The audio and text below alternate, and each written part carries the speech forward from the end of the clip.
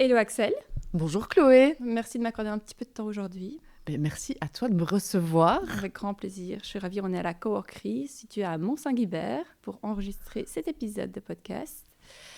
Axel, je tenais absolument à t'avoir dans cette mini-série parce que, bah oui, tu es une des pionnières, on va dire. En tout cas, tu es très connue dans la sphère podcast belge Oui. grâce à ton podcast Planète Daron.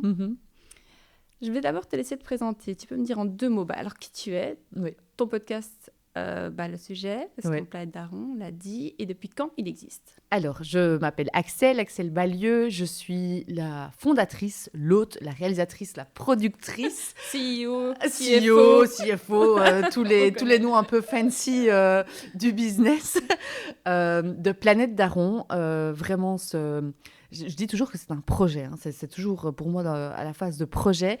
Mais ce podcast, maintenant, j'ose dire que je suis podcasteuse. Bah oui, dis. Mais je n'osais pas le dire, ça fait pas très longtemps. Le syndrome de l'imposteur, on va en parler. Ouais, mais du coup, j'ose le dire. Et d'ailleurs, j'ai même souri quand tu m'as présenté parce que j'aurais jamais osé ou accepté que tu me présentes de cette manière-là. Aujourd'hui, en fait, oui, en fait, ouais, Un peu quand même. Hein. un peu. Et je suis assez fière de ça parce qu'il existe depuis donc ça fera 3 ans en février 2026 parce que j'ai lancé en février 2023. Et il mature depuis septembre 2022. Et donc voilà. T'as mis du temps à le lancer, pourquoi? Ouais. Parce que du coup, si ma question, c'est pourquoi est-ce que j'ai créé... Oui, si ta question... tout à fait. C'était une de mes questions. À quel moment l'idée du podcast a commencé à germer chez toi? Donc, on l'a dit, septembre 2023. Et pourquoi c'est le 22? Ouais. Et donc, 1 an plus tard, 1 an et 6 mois plus tard. 6 mois plus tard. Okay, ouais, oui, septembre excuse-moi. 2022, j'ai lancé en février 2023. Ouais, Donc, il a mis du temps. Mais c'est vrai qu'en fait, 1 an, c'est pas fou parce que je me suis fait une promesse. En fait, un jour, tout ça vient d'une promesse où donc mon fils est né. Je suis une grande consommatrice de podcasts. Je passe ma vie à écouter des podcasts. J'ai toujours des écouteurs plugués dans mes oreilles. Et mon me time, mon quality time, c'est de faire le ménage, c'est de vider les armoires, c'est de faire du sport. Non, je vais pas faire la meuf qui fait du sport. Non, c'est Sport faux. à 5. Non, c'est faux. Tondre la pelouse, par Ouais. exemple, avec des écouteurs, ça c'est vraiment mon me time d'écouter des podcasts. Je fais ça depuis très longtemps. Je pense qu'avant 2019, j'ai dû commencer à écouter des podcasts. Donc, grande consommatrice. J'aime beaucoup m'informer. J'ai vraiment ce besoin d'écouter beaucoup de choses. Je suis très touchée par l'histoire des gens. Et donc, je pensais, quand je suis tombée enceinte et quand je suis devenue mère, que j'étais prête à tout. J'ai tout lu, j'ai tout entendu. Donc, en fait, pas de problème. Moi, j'étais sûre que j'allais être la mère parfaite, mais qui...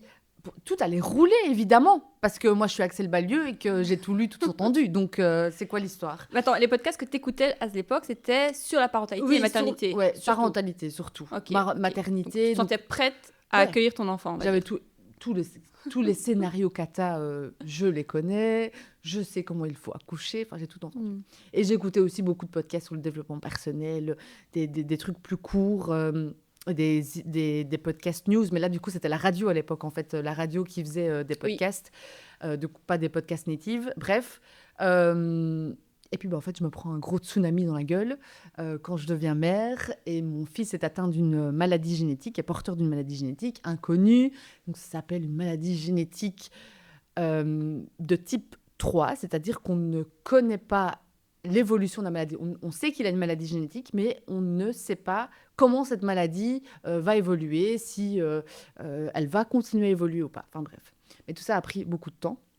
Et donc, à ce moment-là, à un moment donné dans ma vie, mon fils est hospitalisé en oncologie, en oncologie pédiatrique à Saint-Luc. Et je me plonge dans ton regard et j'ai beaucoup d'émotions. Oh, chaud. Et je suis là, c'est pendant la période Covid, parce que du coup, en fait, tu vois que des mères à l'hôpital. Parce que tu peux avoir qu'une seule personne peut être présente. Donc, évidemment, c'est les mères qui sont là auprès de leurs enfants. C'est la période Covid, donc il n'y a pas de chambre particulière. Mon petit garçon de 4 mois et demi, il a 5 mois à ce moment-là, est hospitalisé. On est dans une chambre avec un ado qui a un cancer. Sa maman est à ses côtés jour et nuit. Et en fait, je bascule dans un monde que je ne connais pas. Et pourtant, j'étais sûre d'avoir tout entendu, tout lu, tout vu. Non, je découvre un monde. Et en fait, je suis dans une immense détresse. J'ai tellement peur, je suis terrorisée, je serre mon fils en fait matin et soir, je ne comprends pas, je ne sais pas ce qu'on fout là, je ne sais pas ce qui va se passer. Et je vois surtout ces autres mères, je croise leur regard et en fait dans leur regard, je me plonge dans leurs yeux et je comprends ce qu'elles vivent. Et je serre mon fils dans mes bras et je lui dis, un jour on se battra et un jour on racontera l'indisible en fait, ce qui n'est pas dit. C'est pas normal de vivre ça, c'est pas normal, c'est pas normal que ça soit tu. C'est pas normal que les gens ne savent pas. Il y avait cette petite fille qui était dans ce couloir, 5 ans, qui trinque-ballait sa chimiothérapie et à qui la semaine, on lui avait enlevé ses ovaires dans l'idée que peut-être plus tard, elle pourrait avoir des enfants. Et ça m'a traumatisée. Et bon, il y avait ça, évidemment, cette envie de partager ce vécu, en fait, je comprenais tellement, j'avais tellement d'empathie pour les mères. Et moi, je souffrais tellement, je me suis dit, mais plus jamais je laisserai une maman dans le besoin. Il faut les aider, en fait. C'est ça, en fait. C'est venu de là je veux aider d'autres mères, je veux raconter ce qu'il se passe, je veux que tout le monde puisse avoir son moment où on peut raconter ce qu'ils vivent, parce qu'en fait, moi-même, j'avais ce besoin. Tu avais besoin de parler, J'avais besoin de parler, de transmettre. C'est ça, et qu'on me comprenne. Sauf que... Il y avait peu de gens, en fait, même si j'étais très entourée, qui comprenaient réellement ce que je vivais. On me disait juste, t'es courageuse, t'es forte. Oui. Mais, voilà. Oui, je crois que quand t'es pas dans cette situation aussi. Oui, c'est ça. Et puis ce besoin aussi de réaliser un rêve de petite fille. J'ai toujours voulu... Moi, je voulais être présentatrice météo. C'est quoi, ça m'étonne pas du tout. Oui, météo peut-être, mais en tout cas, à la télé... Je voulais être soit le JT, ou la météo, ou speakerine. Speakerine à RTL TVI, ça, j'en rêvais aussi. Le Golden Lee. Ah ouais, vraiment. Ou animatrice radio. Et donc, finalement, je me suis dit, autant joindre l'utile à l'agréable et YOLO, quoi. Ok, donc tu penses à cette idée de podcast qui est assez évident pour toi. Qu'est-ce qui se passe entre l'idée et la réalisation? Tu t'informes, tu te formes. Comment tu prends les infos? Pauline Léniaud. Moi aussi, j'aime beaucoup. Pauline Léniaud, elle m'inspire beaucoup. J'écoute beaucoup ce qu'elle fait. Et ses vidéos YouTube, c'est ça. Elle avait fait toute une vidéo, mais en fait, c'est une ou plusieurs, mais je pense que c'est une. C'est une, je crois. Où elle explique le Zoom, elle explique son micro. C'est ce que j'ai aujourd'hui, c'est un Shure SM58 et un Zoom. Je l'ai suivi, je me suis informée aussi auprès de tes vidéos YouTube. Puis j'ai demandé à un ingé du son, il m'a confirmé que c'était OK. Et donc, je suis partie là-dessus aussi. Donc, tu t'es équipée, on va dire? Oui, je me suis équipée, mais donc c'était pas grand-chose finalement. Non. C'était 2 micros, je sais pas, ça coûte 100 €, je pense. Le Zoom, je l'ai acheté en seconde main. Donc je crois que pour les 400 €, même pas 300, 400 €, j'avais mon équipement. J'avais quand même acheté Audition sur Adobe. La suite. On va y venir sur tes outils. À l'époque, c'était Audition. Audition, ça l'est toujours, mais... tu travailles sur Audition? Ouais, je travaille sur Audition. Je suis curieuse, on va voir après pour les outils. Et c'est tout. Et puis, Me, Myself and I. Et donc, tu te dis interview, solo. Comment tu pars sur des podcasts d'interview? Alors, j'ai pas confiance en moi. Je suis très fragile, je suis très vulnérable. J'ai très envie de raconter des histoires d'encapsuler. J'ai très envie de faire des podcasts. Je sais que c'est mon média. Je le sens. Par contre, ça, c'est dans mon ventre. Vraiment, je sens que c'est ça que je veux faire. Par contre, j'assume pas du tout. Je n'ose pas du tout en parler. T'en parles pas à ton entourage? Juste à mon mari. Ok. À mes 2-3 meilleurs potes. Mais je me rappelle d'une fois où on était à un dîner et mon mari dit « Mais Axe, raconte ton projet. Ton truc, là. Ton truc. Ce que tu as envie de faire, les podcasts. » Et je suis là, mais juste la ferme, en fait. Ne dis pas ça. Je deviens toute rouge, je suis hyper gênée. En plus, le sujet, tu vois, quand même, la maternité... Ça, c'était clair pour toi? Oui. Ok, donc le topic était clair. Le topic était clair. Alors, pas la maternité. Je savais que je voulais parler parentalité, que je voulais parler vie. Ok. c'était pas tellement la grossesse, tout ça. C'était quand même le lien enfant. Tu vois, tu aurais pu dire je parle de médecine ou de maladie. Ouais, Non. non, c'était plus les relations entre personnes. C'est Ok. plus ça qui m'intriguait beaucoup. Le couple, le cataclysme Oui, qu'un enfant provoque. le clash. Ça, c'est très bon sujet. Ouais. Donc c'est plutôt ça. Mais du coup, vraiment énorme syndrome de l'imposteur, j'ose pas en parler. La maternité, la parentalité, c'est quand même considéré comme un sous-sujet en société. Donc je suis un peu gênée de dire ça. J'ai un peu l'impression qu'on va me dire, mais enfin, qu'est-ce qu'elle va raconter, qu'est-ce qu'elle va dire, ça va intéresser personne. Donc vraiment, j'en parle le moins possible. Mais par contre, du coup, je ne sais plus c'était quoi ta question. Comment je commence ? Ah oui, Non, interview, machin. ouais.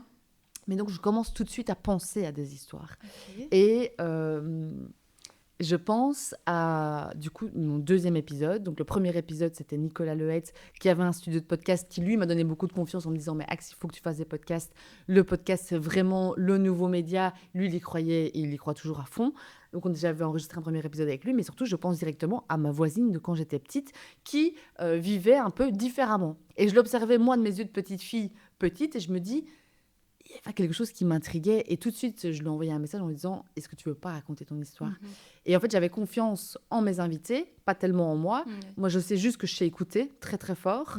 Après je sais que voilà, je peux me débrouiller vite fait si je regarde des tutos YouTube, on va y arriver, mais parler moi-même format solo, non, pas du tout, assez confiance en moi, pas de qu'est-ce que j'allais dire. Aussi, j'aime pas autant si j'aime quand même bien être sous le spotlight, on va pas se mentir. Je prends beaucoup de place quand j'arrive, je parle fort, je rigole fort, on me voit, je suis grande. Tu vois. Donc, j'aime quand même bien qu'on me remarque, mais j'aime pas tellement quand on s'intéresse à moi, là, ça me gêne. Tu vois, j'aime bien être là, mais moi, c'est les autres qui m'intéressent. Je vois bien. Voilà. Bon, on le sent dans tes épisodes, hein, que tu mets les autres bien en valeur. Ouais. Ta place est juste, mais elle est en tout cas, dans les épisodes, tu prends pas trop de place. Ouais, j'ai pas envie. Moi, c'est bien. Et donc, ça m'est jamais venu à l'idée de faire des épisodes... Enfin, si, j'en fais quelques-uns de je temps les en adore temps. aussi, c'est bien. Je raconte ma vie. Mais tu vois, je ne parle pas vraiment de moi, je parle plus du podcast, de l'évolution, des stats. Et de tes coups de mou. Oui, de mes et coups ça, de mou. j'adore. Et on va revenir aussi dans la deuxième partie, tu peux les étapes. On va finir la première partie. Donc aujourd'hui, l'interview, elle est coupée en 3 parties. Pour finir sur la première partie... Finalement, donc, tu te lances, tu oses te lancer, tu en parles. Quel est un peu quand même le retour de ton entourage ? Soutenant ou... Oui, mais au début, soutenant, on se dit juste, elle fait mumus, quoi. Elle s'amuse avec ses petits micros, elle passe beaucoup de temps sur la route parce que du coup, je me déplace partout en Belgique. Parce que, en fait, je pense juste à ce moment-là à des femmes que je connais, qui ont marqué mon histoire, enfin qui ont marqué ma vie en fait par des histoires, par leurs histoires. Et donc très vite, je me retrouve à Liège pour enregistrer l'histoire de Louise. Je vais à gauche, à droite, je vais à Bruxelles. À Bruxelles, je loue le Jack Studio parce que je me dis c'est plus professionnel. Ah oui, donc tu commences déjà en 2019, mais 2023. En 2023, parce que du coup, très vite, j'ai Lucille Rochelet, elle m'accueille chez elle. Mais du coup, très vite, quand même, des personnalités qui acceptent de venir dans mon... Parce que tu démarches. Ouais. Tu envoies sur quoi ? Instagram ? Sur Instagram. Ouais. Et surtout, je suis hyper étonnée qu'on me dise oui. Ouais. Moi, à ce moment-là, j'ai 200 abonnés. Mon visuel est dégueulasse. Mon feed, n'en parlons pas. Alors, je dis pas que c'est mieux maintenant, mais à l'époque, je peux te dire que c'était pas folichon. Et on me dit oui. Mais les gens veulent parler. Hein. Mais oui. C'est ça qui est étonnant. C'est ça qui est fou. Donc en fait, il ne faut pas avoir peur de Quand demander. Quand tu te lances, demande. Demander. Je pitchais bien, je pense, le projet. L'idée derrière, ce que j'avais envie de faire, l'objectif en fait. Ça, je le pitchais bien. Et donc, je pense qu'on ne faisait pas tellement attention à mon feed, à mon nombre d'abonnés. Donc très vite, oui, ça arrive. Mais tu sais, les premiers mois, moi, j'ai... 10 écoutes, première semaine, 10 écoutes, 15. Quand ça arrive à 70, je suis là, wow, truc de fou, tsunami, là, mon podcast d'école. Et aujourd'hui, tu as combien d'écoutes ? Aujourd'hui... Ou ton top, là, cette année, quand ton mois le plus haut que tu as fait ? 100 000. Ouais, c'est incroyable. Mais c'est parce que c'est grâce à mes invités. On va y venir aussi, sur les invités, la notoriété. Ça m'intéresse un petit peu comme sujet. Une des dernières questions pour cette première partie, c'est J'en ai encore 2 en fait. Il y en a une qui m'a toujours intriguée, c'est le nom de ton podcast. Comment ça t'est venu? Juste chercher. Ouais. Parce que je savais que je voulais pas parler maternité au sens propre du terme. Je savais que je voulais parler parentalité et je savais aussi très vite que je voulais inclure les hommes dans le podcast. Ouais. Je voulais pas... Alors, très sororité, très féministe, Ça très se engagée. sent. Ouais. Et encore, l'engagement, il vient seulement maintenant parce que maintenant, je me sens légitime à me dire engagée. Je ne l'ai pas toujours été non plus. Je n'ai pas très bien compris aussi ce qu'était le féminisme, ce que ça voulait dire. Tout ça est arrivé sur mon chemin. J'apprends, je lis. Et c'est mes invités, en fait, qui m'apprennent tout ça. Mais je savais que, parce que j'ai du coup un mari extraordinaire, je le dis tout le temps, mais c'est la vérité. Alors parfois il me saoule qu'on se le dise, mais il est extraordinaire. Et on était en fusion. Et malgré tout, l'arrivée de notre enfant nous a bouleversés. Et donc je me suis dit, mais en fait lui aussi a quelque chose à raconter. Les hommes ont des choses à raconter. Ils doivent aussi prendre leur place. J'ai très vite compris qu'il y avait un problème sociétal. Et donc, je cherchais, bêtement, daron. J'ai essayé plein de trucs, j'ai essayé plein de noms, mais ça marchait pas. Et puis, en fait, je les disais à voix haute. Je les envoyais à mes copines, mes 2-3 meilleures potes, Charlotte, Lola, Madeleine, big up à vous, parce que vraiment, elles ont entendu parler de ce podcast, les pauvres. Vraiment, je comprends même pas qu'elles soient encore amies avec moi aujourd'hui. Et elles ont fini par valider. Et puis, Planète Daron, quand je l'ai dit, ça sonnait juste. C'est comme le prénom de ton enfant, finalement. Ouais. Tu sais quand c'est OK. Ouais, et donc voilà, c'était juste essayer. Et la DA, la couleur mauve qui revient beaucoup, c'est un peu par hasard. Ouais. Parce que vraiment, le mauve, c'est vraiment pas une couleur que je kiffe. Mais alors, vraiment pas. Je mets jamais du mauve, je n'achète jamais du mauve, je n'achète jamais rien. C'est un truc de fou. Et maintenant, c'est devenu ma couleur préférée au monde. C'est devenu... Je crois que c'est vraiment en allant au studio de David Dieu, Vertical View, en faisant joujou avec les lumières. Je voulais du rose mauve. C'est qu'à ce moment-là? Mais oui, avant il n'y avait pas. Je sais pas pourquoi dans ma tête. Il y avait ce truc rose parce que maintenant j'ai un gilet mauve, American Vintage. Et avant j'avais un gilet rose American Vintage. Et c'est des couleurs. Enfin, le rose ça a toujours été ma couleur préf, mais non, je raconte n'importe quoi. Le mauve il vient du fait. Donc effectivement les couleurs, mais non, il vient du fait que j'ai fait un shooting photo pour l'illustration de... Très intéressant ça en fait. C'est que tu as changé récemment, ta miniature. Voilà, tout vient de là. Eh ben, donc j'avais demandé, je reprends cette question, tout vient de mauve, couleur que je n'aime pas à la base, on est d'accord là-dessus. Vraiment, je n'achète rien, je déteste le mauve, sauf que... ma toute première miniature, franchement, je pourrais te la retrouver. C'est horrible. C'est une photo de nous trois, avec un Planète Daron, c'est cata. Et je demande du coup à la sœur d'une amie qui se propose de m'aider dans les visuels de Planète Daron. Et elle me dit, ça serait peut-être quand même bien que tu fasses une photo professionnelle comme les autres podcasteurs. Donc, effectivement, je prends rendez-vous avec Lilo, Lilutch, je le conseille très, très fort. Je regarde son site, je me dis, oui, c'est sympa, on va faire des photos. Et en fait, il met un fond mauve. C'est comme ça. Et donc, je reçois ces photos et le fond est mauve. Et puis, en fait, on a juste stretché la photo dans la miniature, dans Canva, pour que ça prenne toute la place de la miniature. Et en fait, c'est devenu mauve et c'est resté mauve. Allez. Voilà, vraiment, plus con que ça, tu meurs. Okay. C'était pas réfléchi. Et par contre, changer ta miniature et mettre ton visage à toi, c'est un conseil qu'on donne souvent. C'est vraiment, il faut incarner le podcast. Je sais que c'est pas très agréable de mettre sa grande face. En plus, moi, j'aime bien. Moi, je reçois plein de photos de toutes mes auditrices avec ma tête, comme ça, dans les voitures. On voit la petite miniature. Mais c'est un bon conseil de se mettre en avant. Avec une photo, on se voit. Ouais. Et aussi des couleurs criardes. Des couleurs vraiment qu'on reconnaît. Oui, c'est ça. Tout à fait. Pour justement dans ce flux de podcasts sur Spotify qu'on te voit en fait. Et d'ailleurs, tu lis même plus. Moi, quand je cherche mon podcast dans les top 50 des meilleurs podcasts, vraiment, je le fais défiler comme ça et puis je vois ma couleur et je dis, ok, ça. Le mauvais là. Tu regardes fréquemment ton score? T'es accro? Je regarde jamais. Ça va mieux maintenant. C'est nébuleux parce que tu vois, c'est flou aussi dans le monde du podcast belge, le ranking. Oui, c'est France. C'est France, C'est France et en plus, il y a toutes ces émissions de radio. Bon, c'est un autre débat, mais c'est toutes ces émissions de radio qui, en fait, sont juste rediffusées et qui, eux, font un score de malade. Déjà, c'est des quotidiennes, donc plus t'es diffusé, plus le référencement te met en avant. Pour toi, c'est dur, je pense, dans ta catégorie, mais dans la catégorie parentalité, ouais, c'est vrai. Easy. Ouais, t'as Ouais, parce que c'est... l'école, non, le T'as les... truc de maternelle. T'as Bliss, l'école des non, la maison des maternelles. T'as le podcast de Agathe Le Caron. Oui. T'as quelques podcasts. Oui, j'avoue que t'as Je suis moins. classée au-dessus du podcast de Agathe Le Caron. Ouais, tu fais des très belles écoutes. Hein. Ouais. Franchement. Et ça, c'est... Après, bon, ça fluctue toujours ouais, un moi, petit je regarde peu. jamais ça. Mais dans la catégorie... Je pense que ça dépend vraiment très, très fort de la catégorie dans laquelle tu te trouves. Et j'ai assez de chance dans notre catégorie parentalité. T'as pas tellement de podcasts des émissions. T'en as quelques-unes. Mais sinon, t'as des très gros podcasts comme Bliss, la matrescence, évidemment. T'as aussi Mawan, Les Résilientes. T'as quelques gros podcasts. Et puis, en tout cas, en Belgique, on n'est pas beaucoup. Non, en Belgique, on n'est pas beaucoup. Non, il y a Rita, moi... Ouais. Il y a My Name is Mom, qui était quand même la première. Je connais pas. C'est elle, la pionnière, Déborah Laurent. Je veux quand même bien la citer parce qu'elle m'a beaucoup inspirée.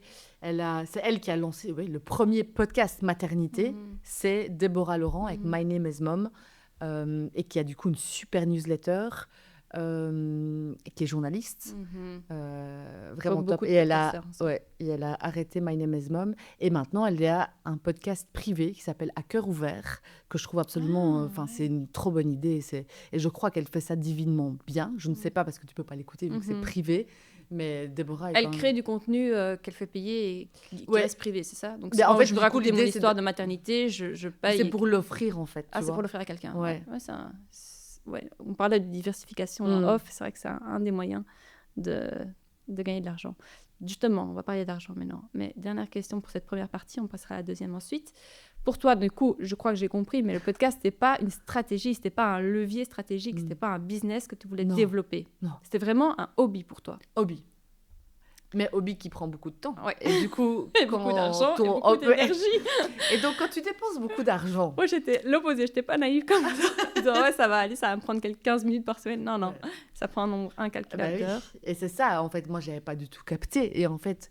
Et puis, tu sais, ça évolue. J'ai de la chance d'avoir quelques invités qui répondent oui. Je me dis, mais c'est quand même un truc de dingue. Et puis, je passe de plus en plus de temps. Bon, au début, je ne me mets pas de pression. Je me dis, je publie quand je publie. Putain de laine. Tu ne penses pas à cette régularité qui est si importante pour le référencement? Pas à ce moment-là. Peut-être. Non, je me dis juste, il faut que je fasse ce que je peux à ce moment-là. Ouais. Et surtout, là, mon petit, il est encore petit. Il est encore très, très malade. Donc là, c'est très dur. On est toujours entre l'hôpital, machin. Donc, c'est un peu compliqué. Mais par contre, ça, c'est vraiment ma bulle d'oxygène. C'est vraiment ce qui me fait... Et mon mari me laisse très, très vite, bizarrement. Il me laisse... Et ça a été quand même un gros signe. Il me laisse faire. Parce que d'habitude, il est là, mais meuf, qu'est-ce que tu fous encore? Qu'est-ce que tu vas encore inventer?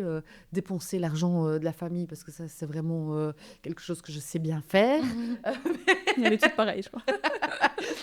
mais là, très vite, il me laisse quand même assez faire. Et surtout, il voit que, voilà, il y a vraiment... Il faut quand même remettre les choses bien au milieu du village, l'église au milieu du village.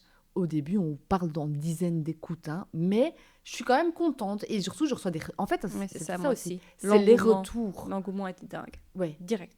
Directement, les gens... La mayonnaise prend et boum. Ouais. Tu reçois plein de messages. Et tu reçois des messages de « merci, ça me fait du bien ». Et en fait, c'est ça qui a fait toute la différence. C'est ça qui a fait que je me suis accrochée. Parce que franchement, quand tu vois effectivement l'argent que ça te demande, le temps que ça te demande, l'énergie que ça te demande, c'est colossal. Et en fait, tu reçois ces messages et tu te dis « non, mais il y a un truc, en fait ». Et alors, tu te dis « bon, je vais encore essayer un petit peu ». Et puis, ça continue. Et que maintenant, tu vois, maintenant que j'ai beaucoup d'écoutes, j'ai beaucoup moins de messages. J'en reçois toujours, mais plus de la même manière. Moi aussi, j'en ai moins. C'est plus du tout la même... c'est plus le même engouement. C'est différent, je pense. Donc, parfois, c'est un peu plus dur maintenant de continuer à s'accrocher qu'au début... J'étais vraiment portée par tellement d'amour, tellement de gens qui y croyaient et surtout qui me félicitaient, qui me disaient « Axe, c'est génial ce que tu fais ». Ce qui se passe aujourd'hui, c'est que, et tant mieux, je suis hyper contente que ça se passe comme ça, c'est plus moi qu'on félicite. C'est mes invités qu'on félicite. C'est à elles qu'on envoie des messages. Elles reçoivent tellement de messages, tellement d'amour de leur entourage, de gens qu'elles ne connaissent pas. Et c'est ça qui... En fait, la vapeur s'est inversée. Et donc maintenant, ce que je fais pour essayer de me rebooster, c'est que je demande à mes invités leur retour, Mhm. si elles ont reçu du feedback, si elles sont contentes. Et à ce moment-là, je me dis, OK, j'ai tout gagné. Mhm. Voilà.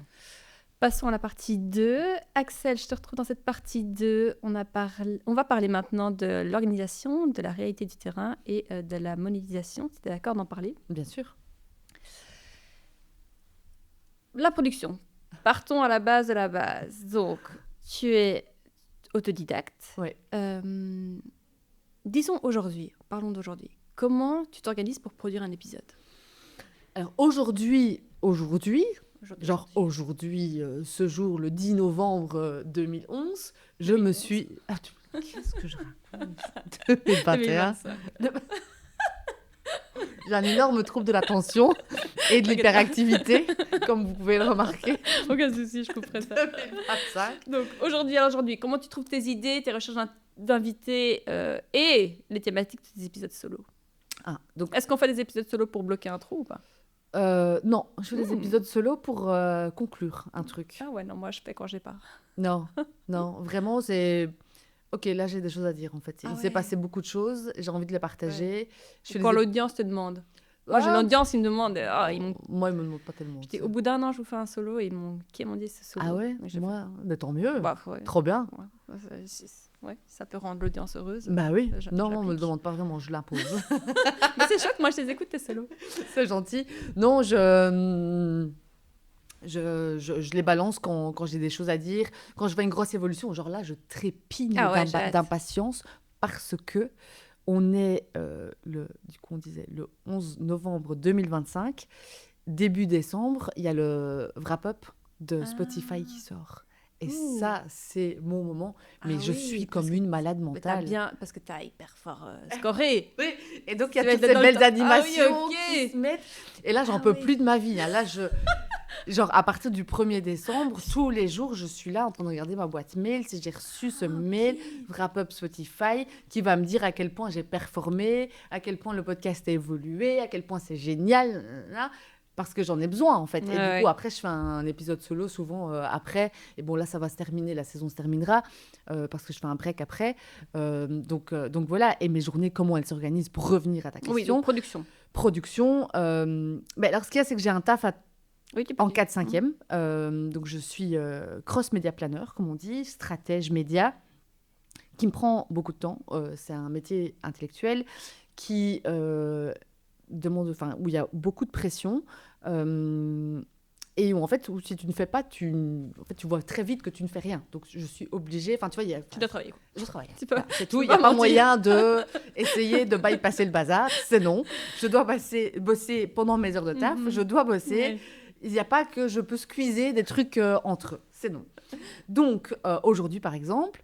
J'essaye, en fait, je teste. Et souvent, je me viande. On va voir comment, ici, cette nouvelle routine. Parce que d'abord, j'essayais de travailler le soir. Et j'ai longtemps fait ça. Ça fait 1 an que je bosse le soir. Donc, c'est-à-dire que je fais 8h, 17h, mon employeur.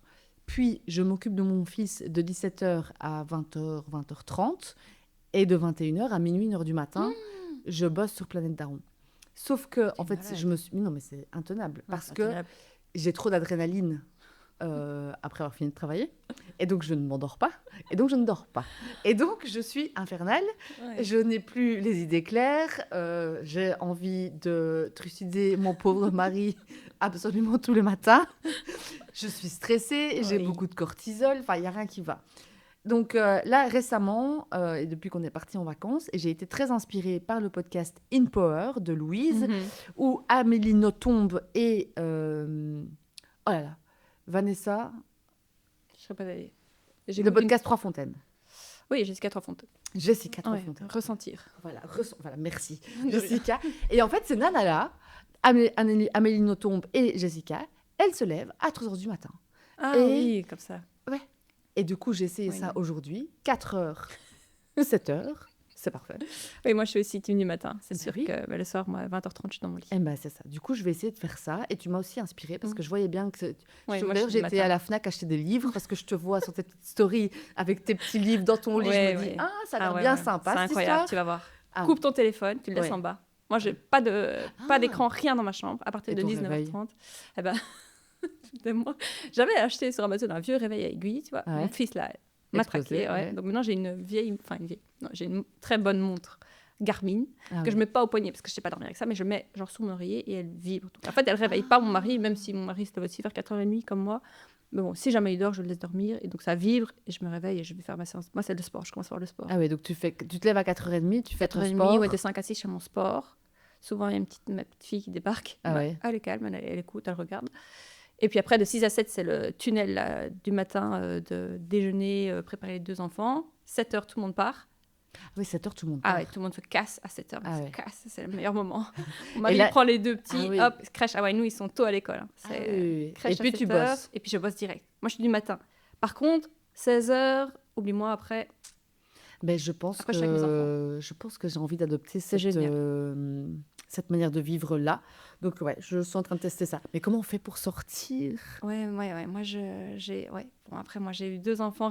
On va retourner sur le Ah oui. petit podcast, mais j'ai eu 2 enfants rapprochés. Et c'est vrai que j'ai vraiment besoin de me recentrer sur mon noyau, ma famille. Ah Après, je suis pas une grosse sorteuse. Et j'aime bien les dîners à la maison, les choses très qualitatives. Mais c'est OK pour moi de, pour le moment, en avoir moins. Ouais. Parce que ma priorité, c'est mon sommeil. Sinon, Ouais. sinon je suis pas bien Ben, mentalement. c'est ça. Bon, Ouais. Voilà. Donc voilà, écoute, mais du coup... Donc, la production, Axel, la production pour toi aujourd'hui, qu'est-ce que c'est? Ben, la production pour moi aujourd'hui, c'est d'aller enregistrer du coup. J'enregistre mes épisodes chez Vertical View, donc David Dieu. Et en amont, il y a tout un taf en fait. Gros travail de recherche. Recherche d'invités, préparation d'interview. Ouais, recherche d'invités, ça prend beaucoup de temps. Quoique de moins en moins parce que je reçois. Ça par contre, je reçois beaucoup de messages. J'imagine. Je reçois vraiment. Et tu dois quand même trier, quoi. Trier. Parce qu'il y a des gens qui veulent juste la fame, tu vois. Ben, je crois pas. Je pense que, en tout cas, moi, j'ai pas ce ressenti-là. Par contre, je dois écouter les histoires, lire les mails. Je reçois beaucoup de mails aussi. Beaucoup de messages. Donc, je demande au fait aux gens de m'envoyer des messages vocaux aussi. Sur WhatsApp, tu partages ton numéro? Pas tout le temps, ça dépend. Mais sur Insta. Et puis, je vois un peu quelle histoire je peux placer là, maintenant, en fonction de ce que j'ai déjà enregistré, pour pas que ça soit trop redondant. Donc, j'essaye de faire mon planning comme ça. Et donc, aujourd'hui, j'ai plus ce problème-là de recherche d'invités. Parce que aussi, et ça, je dois être totalement honnête et transparente, j'avais un ultime goal. Oui. Et tu l'as dit hyper ouvertement. Oui, c'était Gaël Garcia Diaz. Oui, parce que quand j'ai commencé ce podcast, je disais, imagine un jour j'enregistre Gaël Garcia Diaz, dont je suis absolument fan. Et je disais, imagine un jour ça arrive, mais infaisable. Enfin, tu vois, pas du tout. Et puis finalement, c'est arrivé. Et donc, c'est check the box. Et donc maintenant, je suis beaucoup plus sereine. J'ai vraiment un truc très de sérénité. Et aussi parce que je me suis perdue l'année passée, clairement, dans mon podcast. Parce que j'ai enchaîné des personnalités publiques. J'ai fait que ça. J'ai fait 5 épisodes. Mais c'est ce qui marche pour l'audience. C'est ce qui marche pour l'audience, mais c'est ce qui ne marche pas pour moi. J'étais pas du tout alignée. Parce que du coup, j'ai enchaîné mes 5 épisodes qui étaient 5 personnalités publiques. Donc, il y avait Bendo, Simon, Jill et Gaël Garcia Diaz. Des super épisodes. Mais par contre, du coup, j'avais perdu la mission de mon podcast. Alors, parce que je voulais donner la voix à tout le monde. Et là, j'avais juste enchaîné les personnalités publiques. Alors, évidemment, on va pas se mentir, je vais pas faire la meuf, ouais, non, pas du tout. Si, ça a joué énormément dans la construction de mon audience. Donc, je suis en paix avec ça, d'une façon où je me suis dit que de toute manière, c'est comme ça qu'il faut faire aussi pour faire grandir ton podcast et le construire et construire ta communauté pour que les gens puissent te voir et adhérer ou pas. Parce que c'est pas parce que j'ai enregistré Gaël Garcia Diaz dans mon podcast que les gens vont forcément adhérer à mon contenu, à ce que je fais ou s'abonner. Parce que ça aussi, il y a énormément de gens qui voient mon contenu mais qui ne s'abonnent pas. Et c'est un one-shot. Ils écoutent par exemple Gaël, mais ils vont pas écouter les autres. Non, pas forcément. Ouais. Mais tu as un noyau qui se crée. Ouais. Et je l'ai vu sur YouTube quand je vois les stats des épisodes de Jill, de Gaël, de Simon ou de Bendo. C'est affolant. On parle de 100 000 personnes qui vont regarder mon contenu, qui vont l'écouter. C'est même plus que ça. Hein. C'est plus que 100 000. On est parfois à 150 000 si je rajoute Spotify. Oui. Mais toutes ces personnes-là sont de passage. Et c'est pas tellement ce que je veux. Moi, ce que j'aimerais beaucoup avec l'Anne Daron, c'est d'avoir une petite communauté. Je rêvais je ne rêve plus. D'avoir 100 000 abonnés, d'être un énorme podcast. Je rêve d'avoir mon audience qui doit encore grandir un petit peu, d'avoir une audience stable, une audience fidèle, une audience engagée, une audience qui me ressemble. Parce que ça m'a fait peur aussi quand j'ai vu toutes ces stats, tous ces commentaires, toutes ces vues. Je ne savais plus quoi faire, j'étais complètement perdue. Je me suis dit, mais qu'est-ce que je fais ? Je ne savais plus répondre aux gens. On parle en milliers de commentaires. Comment tu fais pour gérer ça ? Enfin, je veux dire, c'est une autre manière de faire. Et puis, ces 100 000 personnes, elles ne sont pas venues pour m'écouter moi. Elles sont venues pour écouter mon invité. Et super, je suis ravie que ce soit le cas. Et que les gens ont pu découvrir, du coup, parce que c'était l'idée derrière, évidemment, découvrir Gaël, Jill, Simon et Bendo, qui ils sont en dehors des réseaux sociaux. Mais ce que je veux, c'est qu'on puisse écouter des nanas à qui on ne donne pas la parole, des histoires qui sont tues, qui sont tabous. Donc, c'est ça un peu où je... D'ailleurs, ici, cette saison-ci, j'ai enregistré l'histoire de Milky Way Blue Eyes, Claire Marnette, et je n'ai pas d'autres personnalités connues. Et c'était voulu, c'était vraiment un choix. Et malgré ça, je suis contente. Et donc, c'est ça qu'aujourd'hui, j'assume pleinement ce rôle de podcasteuse, parce qu'aujourd'hui, j'ai une audience qui est là, qui est fidèle, et que je vois rester au fur et à mesure des mois, même quand ce sont des gens qui ne sont pas connus. Et je me dis qu'aujourd'hui, j'ai fait le taf. Là, maintenant, et c'est pas 100 000 personnes, hein, parce que oui, l'année passée, j'avais 100 000 personnes sur mon podcast. Aujourd'hui, on est entre 10 et 20 000 personnes par mois sur mon podcast. C'est dur, les audiences ? Peut-être, parce que on va y venir, parce que tu es aussi sponsorisée. Oui. Est-ce que c'est dur par rapport aux sponsors de... c'est une pression. Oui, est-ce que c'est une pression ? Est-ce que tu dois rendre tes chiffres, tes dashboards à montrer ? Ah oui. Et c'est ce que tu monétises. Tu monétises une audience. Les gens me demandent, mais comment tu te fais de l'argent ? Mais c'est parce que, en fait, mon audience, vous êtes des femmes entre 25 et 35 ans, la majorité de mon audience. 20% 35+, 35-45. J'essaie de garder, parce que ça aussi... en fait, en enregistrant l'histoire de Jill et Gaël, je me suis rendu compte que mon audience s'est exportée en France. Oui, c'est ça. Ce que je ne veux pas, évidemment. Parce que j'ai justement cette DA, cette ligne éditoriale où je veux du belgo-belge, où je veux rester... Et si c'était elles sur qui j'ai lancé mon dévolu, c'est parce qu'elles sont belges, parce que c'est des nanas incroyables, belges, une success story de ouf. Mais en fait, leur audience est en France parce qu'on est en Belgique francophone et qu'effectivement... Et donc, il faut relativiser. Je pense que c'est ça que j'ai envie de dire aux podcasteurs, c'est qu'il faut relativiser. Et aux marques. Et aux marques, exactement. On est en Belgique francophone, sur un média émergent, sur un média long, un format... On est sur des épisodes de 1 heure, 1 heure et demie. Donc, forcément, t'as pas... C'est pas les mêmes KPI, c'est pas les mêmes métriques qu'une influenceuse en France qui est connue via la télé-réalité. On crée du contenu native, on est indépendant, qui coûte une fortune. Et on est sur des... Enfin, je veux dire, on crée notre audience au fur et à mesure, toute seule, en mettant un réel sur Instagram. Super, on a eu 3 followers en plus. Oui, mais ces gens-là... Ils sont engagés. Ils sont engagés. C'est des gens qui croient en nous. Qui croient en nous. Si nous, on met un produit en avant, il y a en tout cas une forte chance que l'audience adhère. Quoi. Exactement, parce qu'elles nous font confiance. Et donc, c'est aussi le choix. Ça prend du temps. En tant que podcasteur, c'est ce que je dis aussi quand je discute avec mes sponsors, parce que j'ai des sponsors incroyables, j'ai tellement de chance. Je suis tellement bénie des yeux d'avoir ces sponsors-là. Sparen, qui est pour moi la marque iconique belge, qui me fait confiance. Mais effectivement, quand tu vois les audiences de l'année passée et l'audience de cette année, on n'est pas sur les mêmes chiffres. Ils comprennent ça ? Comment ils réagissent ? Ça dépend de leur goal. C'est la notoriété, je me dis, c'est du brand awareness. Oui, c'est du brand awareness, mais je pense qu'ils le comprennent. Et je l'avais dit aussi. Je l'avais dit, attention, la saison... oui, on va aller faire une chute libre, mais moi, je suis tout à fait OK avec ça. J'ai été transparente, et eux étaient OK avec ça aussi. Je pense qu'ils préfèrent effectivement faire moins de... En fait, tu fais pas de waste. Tu fais beaucoup moins de waste. Alors, j'ai toujours une audience qui est en France, mais ça, je peux rien faire. C'est comme ça, on peut pas tout contrôler non plus. Mais je fais beaucoup moins de waste. Et les gens qui m'envoient des messages, je crois que je connais... En tout cas, j'ai déjà parlé avec toutes les personnes. Et c'est des centaines pendant mes vacances. Je me suis amusée à répertorier ça, à essayer de répondre à tout le monde. On parle en milliers de messages en vrai. Et je sais, je connais, j'ai déjà échangé... Tu vois, et elles me connaissent et Et c'est un truc de fou. Et ça, par contre, c'est le côté où j'assume pas encore tellement, ce côté un peu réseaux sociaux. Je sais, et tu me dis toujours, moi je suis pas une influenceuse, moi je veux pas devenir une influenceuse, mais ça va être au-delà de ce que toi tu veux ou pas. Si tu influences des gens, ils te font confiance, mais le label que tu veux sur ta tête. Mais... Et je pense qu'à un moment donné, il va quand même falloir un petit peu l'assumer, parce qu'en plus, Foodbag, qui est mon dernier sponsor, qui est une marque belge, des produits locaux, et là, il y a de l'affiliate derrière. Donc, effectivement, si tu utilises mon code, j'ai une petite rémunération dessus. Mais donc, évidemment que j'en parlais sur les réseaux. Et donc, si tu fais ça, tu influences les gens. Et donc, tu es une influenceuse, Axel Balieu. Donc voilà. Comment tu démarches tes sponsors ? Après, voilà, encore une fois, je pense que j'ai un biais de par mon métier. Ouais, mais beaucoup de journalistes, etc., ils arrivent à démarcher parce qu'ils sont toujours en contact pour leur autre taf. On me connaît aussi, du coup, je pense que ça, c'est...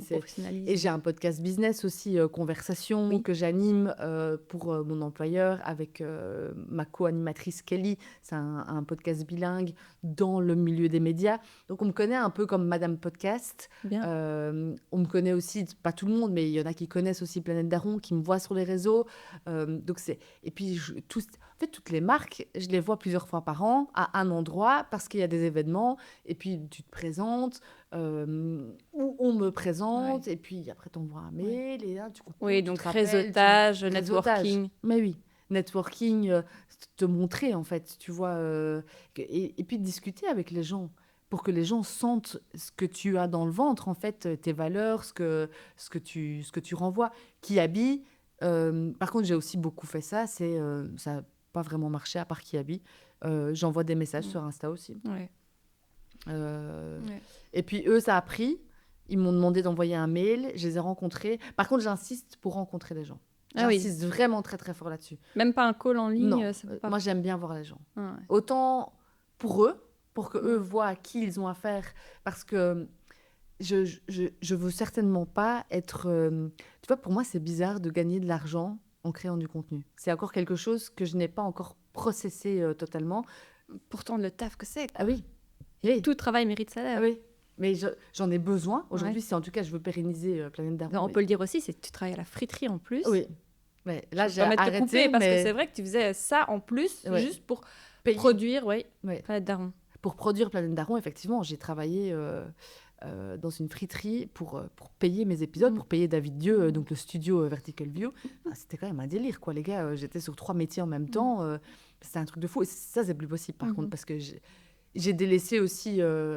j'ai pas délaissé, mais j'ai passé beaucoup moins de temps avec ma famille. Et puis surtout, je devenais complètement zinzin. J'étais plus du tout moi-même. J'ai un stress tellement élevé en permanence parce que j'ai ce podcast qui prend de l'ampleur, qui me fait vibrer. Je suis pas complète. Si je devais faire juste l'un ou l'autre, je serais pas complète. Donc j'ai Space et Planète Daron. Il y a que les deux ensemble, en fait, qui me font vibrer. Moi, j'aime bien le chaos aussi. Clairement, j'ai un trouble d'attention plus, énorme.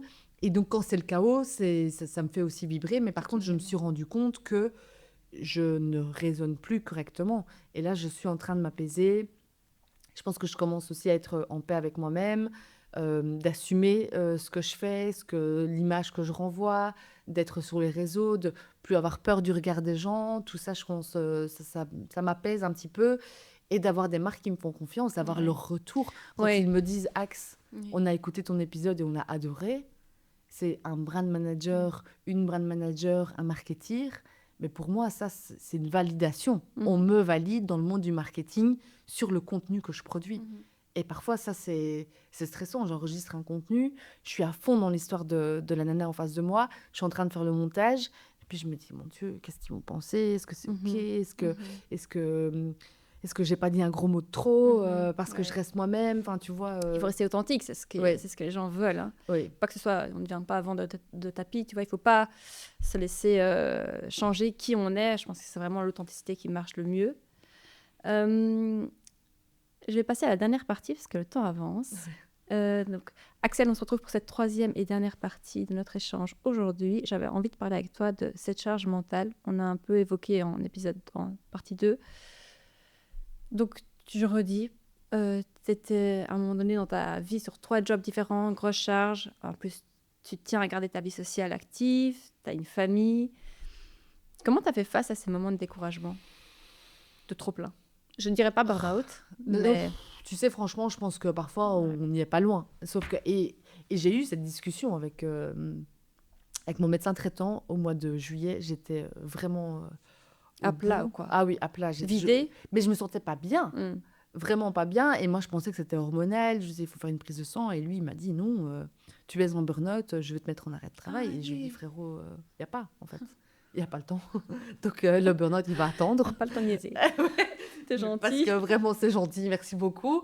Mais en fait, c'est non. Aussi, ouais. J'ai des engagements que je dois tenir. Et donc, comment je fais? En fait, je pense que je suis extrêmement endurante. Ça, je pense que ça, c'est quelque chose qu'on peut...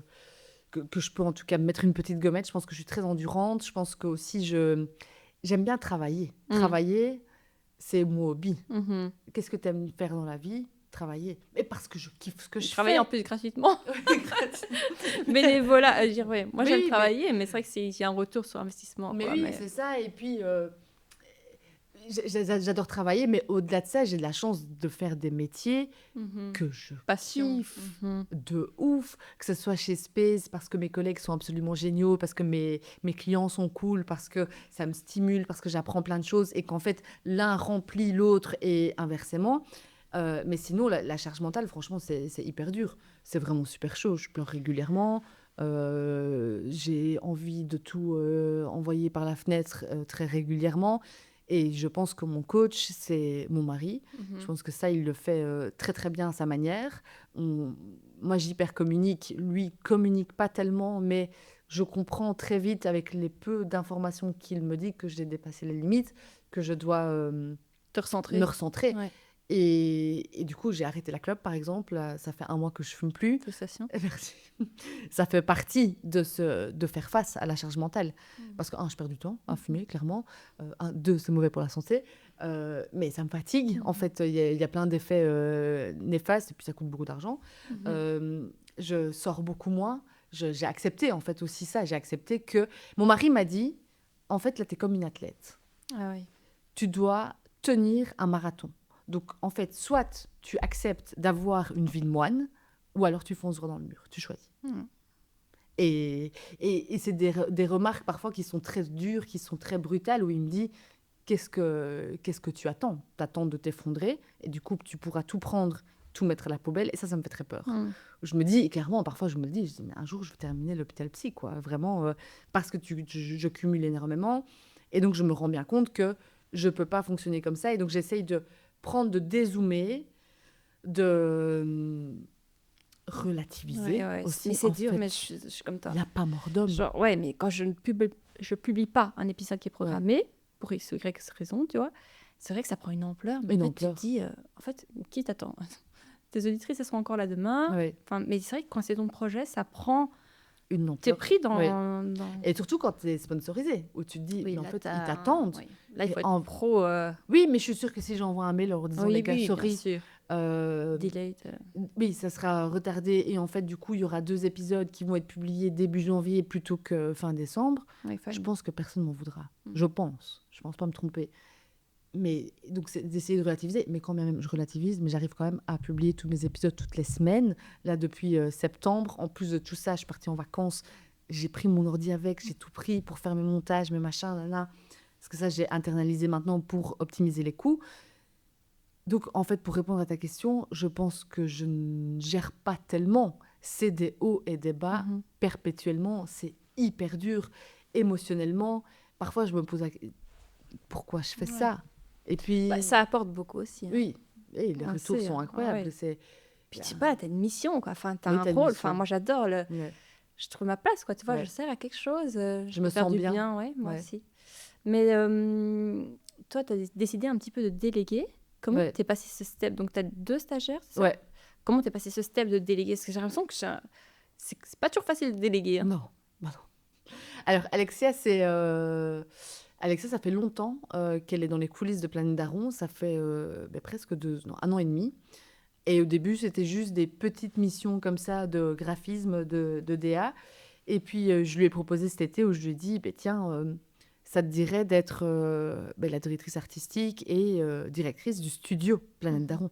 C'est des grands mots pour dire pas grand-chose, hein, qu'on se le dise. Alors, je ne dévalorise pas du tout le travail d'Alexia. C'est plutôt moi, dans les mots que j'utilise, les termes que j'utilise. Studio Planète Daron, les gars, on est 3. Enfin, je veux dire, c'est pas grand-chose.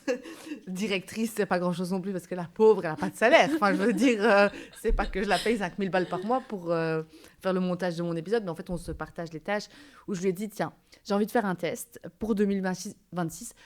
En fait, j'ai une vision. Ouais. Je pense que maintenant, je commence à avoir une vision de potentiellement, Planète Daron peut grandir très très fort et potentiellement, ça peut devenir une entreprise si je me diversifie. On n'en est pas du tout à ce stade-là, mais en tout cas, de faire grandir ce podcast. Mais par contre, il faut que j'apprenne à faire les choses de moi-même et internaliser tout. Ça, je pense. Donc, ce que le studio faisait, Vertical View, je dois être capable de le faire moi-même. C'est-à-dire du montage, ouvrir Premiere Pro. Vraiment, moi, ça me fout des angoisses. J'ai des sueurs dès que j'ouvre Premiere Pro. Ouais. Maintenant, ça va. Vraiment. Je suis d'accord aussi. Je te rejoins pour ça, pour internaliser, parce que les studios, on peut dire, les fourchettes de prix à l'heure pour un épisode, c'est entre 700 et 1000 euros hors TVA. Et c'est ça. Pour quelques shorts. Mais tout ça, dans la formation, si ça vous intéresse, moi, je donne tous mes trucs et astuces. J'ai toujours fait moi-même et ça marche très bien. C'est pas ça qui fait l'audience, c'est pas ça qui fait les sponsors, c'est pas ça qui fait l'argent. Donc, ne perdez pas l'argent en le donnant à d'autres. C'est très simple, le podcast. Il y a des outils qui fonctionnent très bien. Et moi, je n'utilise pas Adobe Premiere Pro parce que c'est trop compliqué pour moi, justement. Mais des outils gratuits, ça fonctionne très bien, ça fait le taf. Je vous conseille aussi de faire appel à Chloé parce qu'effectivement, ce que tu viens de dire est très juste. En fait, on est capable de le faire soi-même. Et donc, Alexia, je lui ai dit, est-ce que ça te dit ? Elle est venue pendant une semaine, on s'est vu tous les jours. Et en fait, on a ouvert Premiere Pro à deux. Elle avait des bases. Et tu fais un peu de tuto, tu sais apprendre, mais il faut le temps. Parfois, les gens n'ont pas le temps. On a pris une semaine à faire ça. Tu vois ? Il faut quand même se dire que j'ai posé 2 semaines de congé parental, donc du congé sans solde, pour bosser sur mon podcast. La première semaine, c'était uniquement gérer Premiere Pro. Comment on gère la vidéo, comment est-ce qu'on fait des séances imbriquées, comment on gère trois caméras, comment toutes les raccourcis. Moi, dans mes petits cahiers, j'ai tous mes raccourcis Premiere Pro. Et c'est Alexa qui m'a transmis ça. Parce que du coup, moi, je suis très bonne en encapsuler les histoires. J'ai une capacité d'écoute très, très forte. Je suis très bonne dans la rédaction aussi de mes épisodes. Par contre, les montages, c'est pas tellement mon modèle. C'est un taf, hein. C'est un métier à part entière, mais je pense qu'on peut le faire, en tout cas les bases, soi-même. Si tu n'as pas pour objectif d'être vidéaste, tu peux très bien le faire. Oui, c'est ça. Et puis tu as ta méthode, tu l'appliques, ça marche très bien. Ça marche très, très bien. Tu dois garder... Tu restes dans le même canevas. Et donc, déléguer, Alexia, confiance aveugle. Alexia, carte blanche. Même pour couper toutes les séances. Alors ça, c'est elle qui est moins à l'aise avec ça. Tu fais beaucoup de cuts, toi, dans un épisode ? Oui, quand même. Alors du coup, c'était ça aussi qui m'a poussée à internaliser. C'est parce que du coup, dans un studio, on ne te cut pas. On ne te cut pas comme tu voudrais être cuté. Moi, je m'efface beaucoup, par exemple. Je fasse beaucoup de choses que je dis. Mais moi aussi, je m'efface aussi beaucoup. Parfois, je me dis, pas pertinent. Tu vois, pourquoi tu as dit ça ? On s'en fout. Donc, on s'en branle. Moi, je raconte une anecdote pour que l'invité raconte la sienne. Tu vois ? Exactement. Je fais pareil. Et donc, tout ça, je coupe. Moi aussi. Les aussi de mes invités, ça, je découpe. Quand mon invité est en train de réfléchir à quelque chose, en fait, j'essaie de nettoyer au maximum pour que l'histoire soit le plus fluide et qu'elle soit fière aussi. Et pas qu'après, on me dise, oh, mais tu te rends compte, j'ai dit beaucoup de... Mais normal. Parce que quand toi, tu dois passer derrière un micro, que tu dois raconter pendant 1h45 toute ton histoire, enfin, vraiment, c'est un travail, c'est un exercice vraiment qui n'est pas facile. Et donc, je coupe tout ça. Ma stagiaire, non, pas du tout ma stagiaire, Alexia, directrice du studio de Planète Daron, gère ça maintenant. Elle me fait tous les shorts aussi. Elle m'a appris à le faire. Et je ne voudrais pas qu'elle sache faire des choses que je ne sache pas faire. Parce que, en fait, il faut savoir tout faire aussi. Donc, elle m'apprend, mais elle est bien plus balèze que moi, ça, c'est sûr. Et puis, Joséphine, c'est marrant. Joséphine, elle a rencontré mon mari dans un parc. Et elle l'a reconnu. Elle l'a reconnu et... Je ne sais pas si elle l'a reconnu, mais en tout cas, bref, elle a interviewé mon mari parce qu'elle est journaliste en master 2 journalisme. Et justement, ça portait sur le podcast Univers. Donc, elle interviewe mon mari sur le milieu du podcast. Écoutez, je le connais bien, je vais vous dire. Voilà. Et mon mari lui dit, mais je connais bien, ma femme est podcasteuse. J'en mange, vraiment. Et elle lui a dit, oh, mais trop bien, je connais Planète Daron, j'aimerais trop travailler pour Planète Daron. C'est trop mignon. Génial. Viens à moi. Et par contre, avec Joséphine, je vais être très honnête, ça, j'ai pas encore très bien trouvé. Quoi déléguer? Ma méthode. Je crois que ça doit pas être facile pour elle pour l'instant de travailler avec moi parce que ça part dans tous les sens. Parce que je lui donne des infos pas très structurées. Je lui demande de faire des trucs, je crois qu'elle ne comprend pas ce que j'attends parce que voilà, je suis dans tous les sens. Mais ça va se mettre en place. Ouais. Axel, on va finir par quelques short questions. Ouais. Short. C'est bien, j'ai dit, c'est 30 minutes d'émission, on est déjà à 54. Voilà, c'est ce qu'on aime. Si c'était à refaire, qu'est-ce que tu changerais? Rien. Ok. C'est bien, t'es short là, tu te tiens au brief. Le conseil que tu aurais aimé recevoir avant de te lancer? Très bonne question. Qu'est-ce que Ça peut être de la stratégie. Par exemple, la première fois que vous sortez un épisode, sortez-en 2 ou 3 d'affilée. Même jour, parce qu'en fait, les plateformes te mettent à fond en avant. Ouais.